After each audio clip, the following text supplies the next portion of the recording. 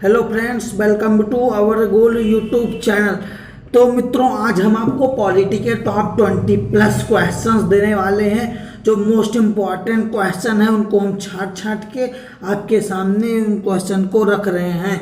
तो मित्रों, सबसे पहले आपको आज का वीडियो स्टार्ट करने से पहले आपसे एक रिक्वेस्ट है कि आप हमारे चैनल आवर गोल को सब्सक्राइब कर लें और साथ ही साथ बेल आइकन प्रेस करके और ऑल पे क्लिक कर दें, जिससे इस प्रकार की इंपॉर्टेंट वीडियो की नोटिफिकेशन आप तक जल्द से जल्द पहुंच सके। और वीडियो को ज़्यादा से ज़्यादा लाइक करें, ज़्यादा से ज़्यादा कमेंट करें, ज़्यादा से ज़्यादा शेयर करें। तो मित्रों, चलिए स्टार्ट करते हैं और देखते हैं क्वेश्चंस क्या होने वाले हैं। तो सबसे पहले आपका पहला क्वेश्चन क्या है? तो पहला क्वेश्चन आपका है, संविधान सभा के अस्थाई अध्यक्ष थे। तो संविधान सभा के जो अस्थाई अध्यक्ष थे वो आपके डॉक्टर राजेंद्र प्रसाद थे। आपका ऑप्शन नंबर सी सही हो जाएगा। डॉक्टर राजेंद्र प्रसाद जी थे, वो आपके संविधान सभा के स्थायी अध्यक्ष थे। तो मित्रों, अब आपके दिमाग में क्वेश्चन उठा कि आखिर में अस्थायी अध्यक्ष डॉक्टर राजेंद्र प्रसाद थे, तो अस्थायी अध्यक्ष कौन थे? तो अस्थायी अध्यक्ष जो थे वो डॉक्टर सच्चिदानंद सिन्हा। डॉक्टर सच्चिदानंद सिन्हा, आपका ऑप्शन नंबर जो बी है वही अस्थायी अध्यक्ष थे। अब नेक्स्ट देखते हैं। नेक्स्ट है आपका भारतीय संविधान किस दिन से पूर्णतः लागू हुआ? तो आपका 26 जनवरी 1950। 26 जनवरी 1950 आपका ऑप्शन नंबर बी जो है 26 जनवरी 1950 को पूर्णतः लागू हुआ था 1950 को। और जो 26 जनवरी 1950 है, इस दिवस को ही हम गणतंत्र दिवस के रूप में भी मनाते हैं। अब नेक्स्ट देखते हैं। नेक्स्ट है आपका राष्ट्रीय ध्वज को संविधान सभा ने कब स्वीकार किया? तो राष्ट्रीय ध्वज जो है उसको 22 जुलाई 1947, आपका ऑप्शन नंबर डी सही हो जाएगा। 22 जुलाई 1947 को जो है राष्ट्रीय ध्वज को संविधान सभा ने स्वीकारा था।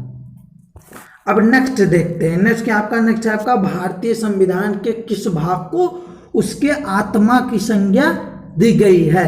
तो आपके प्रस्तावना, आपका ऑप्शन नंबर जो ये है, प्रस्तावना को आत्मा की संज्ञा दी गई है।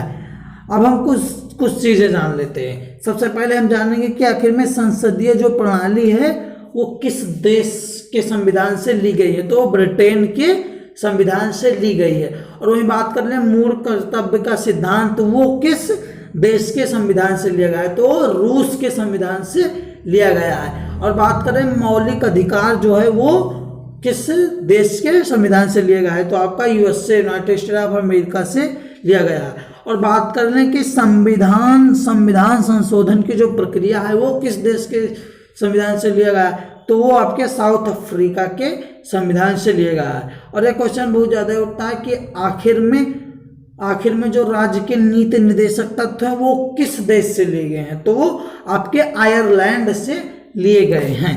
तो अब नेक्स्ट देखते हैं। नेक्स्ट है आपका संविधान सभा ने राष्ट्रगान को कब स्वीकार किया? तो आपका जो कब स्वीकार किया, तो इसका आंसर आपका हो जाएगा 24 जनवरी 1950। आपका ऑप्शन नंबर वी से हो जाएगा 24 जनवरी 1950। अब नेक्स्ट देखते हैं। नेक्स्ट है आपका भारतीय संविधान कुल कितने भागों में बटा है? तो जो भारतीय संविधान है आपका कुल 22 भागों में बटा है। आपका ऑप्शन नंबर बी 22 सही हो जाएगा। अब नेक्स्ट देखते हैं। नेक्स्ट है आपका प्रारूप समिति के अध्यक्ष कौन थे? तो जो प्रारूप समिति के अध्यक्ष की बात करें तो डॉक्टर भीमराव अम्बेडकर, जो आपका ऑप्शन नंबर सी है भीमराव अम्बेडकर, वही आपका सही हो जाएगा। अब नेक्स्ट देखते हैं। नेक्स्ट है आपका संविधान सभा के अस्थायी अध्यक्ष के रूप में किसे नियुक्त किया गया था? तो हम बात कर लें कि अस्थायी के रूप में अस्थायी अध्यक्ष, तो अस्थायी अध्यक्ष डॉक्टर सच्चिदानंद सिन्हा, आपका ऑप्शन नंबर ए सही हो जाएगा। डॉक्टर सच्चिदानंद सिन्हा को ही अस्थायी अध्यक्ष के रूप में नियुक्त किया गया था। वही बात कर लें अस्थायी अध्यक्ष के रूप में किसे नियुक्त किया गया था, जो आपको उपरोक्त क्वेश्चन में बता चुके हैं। तो आपके डॉक्टर राजेंद्र प्रसाद जी हैं, उनको स्थायी अध्यक्ष के रूप में चुना गया था। अब नेक्स्ट देखते हैं। नेक्स्ट है आपका लोक कल्याणकारी राज्य की अवधारणा किसमें निहित है? तो अगर हम बात करें लोक कल्याणकारी राज्य की अवधारणा किसमें निहित है, तो राज्य के नीति निर्देशक तत्व जो है उसमें निहित है। आपका ऑप्शन नंबर सी सही हो जाएगा। अब एक क्वेश्चन ये होता है कि आखिर में राज्य के नीति निर्देशक तत्व जो है वो किस देश के संविधान से लिए गए हैं? तो आपके आयरलैंड के संविधान से लिए गए हैं। अब नेक्स्ट देखते हैं, नेक्स्ट है आपका मूल अधिकारों का रक्षक किसे कहा जाता है।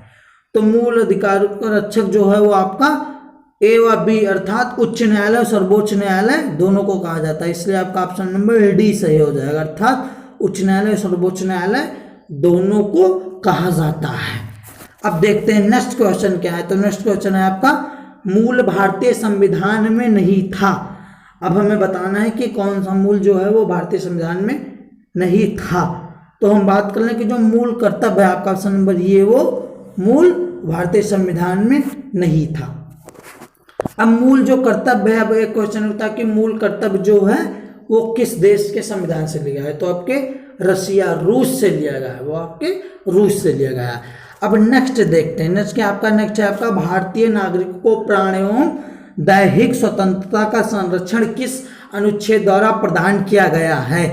तो हम बात कर लें तो आपका अनुच्छेद 21 जो है आपका ऑप्शन नंबर वी जो है अनुच्छेद 21 ही आपका सही हो जाएगा, अर्थात अनुच्छेद जो 21 है उसके द्वारा भारतीय नागरिकों को प्राण एवं दैहिक स्वतंत्रता का संरक्षण का मतलब संरक्षण प्रदान किया गया है। इसी अनुच्छेद के अंतर्गत संरक्षण जो है वो प्रदान किया गया है।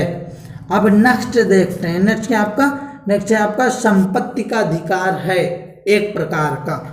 तो क्या है एक प्रकार का, तो ये जो संपत्ति का अधिकार है वो एक प्रकार का विधिक अधिकार है, आपका ऑप्शन नंबर ये सही हो जाएगा।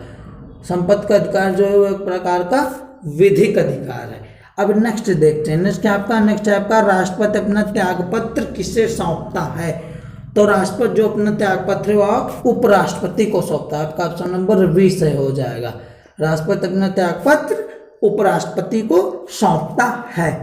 अब नेक्स्ट देखते हैं, नेक्स्ट है आपका संविधान में मूल कर्तव्यों की कुल संख्या कितनी है। तो कुल मूल कर्तव्यों की बात करें तो कुल मिला के 11 मूल कर्तव्य है, आपका ऑप्शन नंबर बी सही हो जाएगा। अब नेक्स्ट देखते हैं, नेक्स्ट है आपका निम्न में से किस अनुच्छेद के द्वारा 6 से 14 वर्ष तक के बच्चों के लिए शिक्षा का अधिकार मूल अधिकार माना गया है। तो वो आपका अनुच्छेद जो है 21A, आपका ऑप्शन नंबर डी सही हो जाएगा, अनुच्छेद 21A के अंतर्गत आता है। अब नेक्स्ट देखते हैं, नेक्स्ट है आपका भारतीय सेनाओं का सर्वोच्च सेनापति कौन होता है। तो भारतीय सेनाओं का जो सर्वोच्च सेनापति होता है आपका राष्ट्रपति होता है, ऑप्शन नंबर ये सही हो जाएगा। जो राष्ट्रपति होता है वो भारतीय सेनाओं का सर्वोच्च सेनापति होता है। अब नेक्स्ट देखते हैं, नेक्स्ट आपका लोकसभा की अधिकतम सदस्य संख्या कितनी हो सकती है। तो आपका ऑप्शन नंबर ये 545 से हो जाएगा। लोकसभा की जो अधिकतम सदस्य संख्या होती वो आपका अधिकतम 545 हो सकती है। अब आपका नेक्स्ट क्वेश्चन देखते हैं, नेक्स्ट क्वेश्चन क्या आपका, नेक्स्ट आपका स्वतंत्र भारत के पहले भारतीय गवर्नर जनरल कौन थे। तो आपका ऑप्शन नंबर सी सही हो जाएगा, अर्थात चक्रवर्ती राजगोपालाचारी जो जी थे वो स्वतंत्र भारत के पहले भारतीय गवर्नर जनरल थे, इसलिए आपका ऑप्शन नंबर सी सही हो जाएगा। अब नेक्स्ट देखते हैं, नेक्स्ट क्वेश्चन है आपका संघ राज्य क्षेत्रों का प्रशासन कौन चलाता है।